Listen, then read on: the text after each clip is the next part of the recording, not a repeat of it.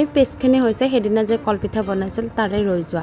ইয়াতে আছে কল আৰু পিঠাগুড়ি। ইয়াতে মই 1 কাপ আটা ল'ম আৰু 1 কাপ ল'ম মই চুজি আৰু সেই কাপটোৰে 1 কাপ ল'ম মই চেনি। এতিয়া মই আধা চামুচ ল'ম বেকিং চ'ডা, 1 চামুচ ল'ম মই ঘি আৰু লগতে ল'ম অকণমান ৰিফাইন তেল আৰু 1 পোৱা ল'ম মই গাখীৰ। গাখীৰ দিলে কেকটো কোমল আৰু সোৱাদ লগা হয়।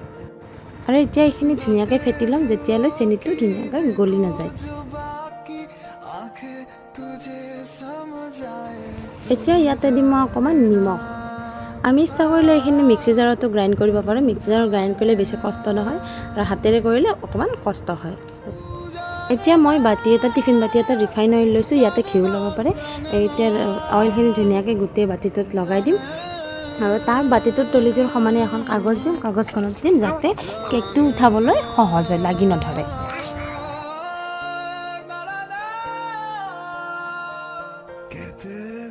এতিয়া অকণমান ষ্টাইল কৰিবৰ কাৰণে ইয়াতে মই কল কাটি দিছোঁ। ইয়াতে আমি ড্ৰাই ফ্ৰুটছো দিব পাৰোঁ, কিন্তু মই মা নাছিলে কাষত, ক'ত মা থৈছে বিচাৰি পোৱা। এতিয়া ইয়াতে কুকাৰ এটা দিম, তাৰে পৰা এখন জালি দিম। জালিখনৰ ভিতৰত মই বাতিটো বহুৱাই দিম। এতিয়া এই কুকাৰৰ ঢাকনিখনৰ পৰা চিটিটো আঁতৰাই ল'ম, ঢাকনিখন ইয়াতে লগাই দিম। এয়া মোৰ চিম্পল কেক ৰেডি। আৰু এটা কথা, এজন শিক্ষাগুৰু কিমান পাকৈত হ'লে তেওঁৰ শিষ্যই কম সময়তে এটা কাম সহজতে কৰিব পাৰে, তাৰে এয়া প্ৰমাণ। মোৰ আজিৰ এই কেকটোৰ শিক্ষাগুৰু হৈছে মোৰ দি। গতিকে তাই যেনেকৈ কৈছিলে, যি ধৰণে কৈছিলে মই তেনেকৈ বনাইছোঁ। ভালে হৈছে। আগতেও কেক বনাইছিলোঁ, কিন্তু এনেকুৱা হোৱা নাছিলে। হয়তো কিছুমানৰ কাৰণে এইটো একো ডাঙৰ কথা নহ'ব পাৰে, কিন্তু মোৰ কাৰণে খুবেই ডাঙৰ কথা।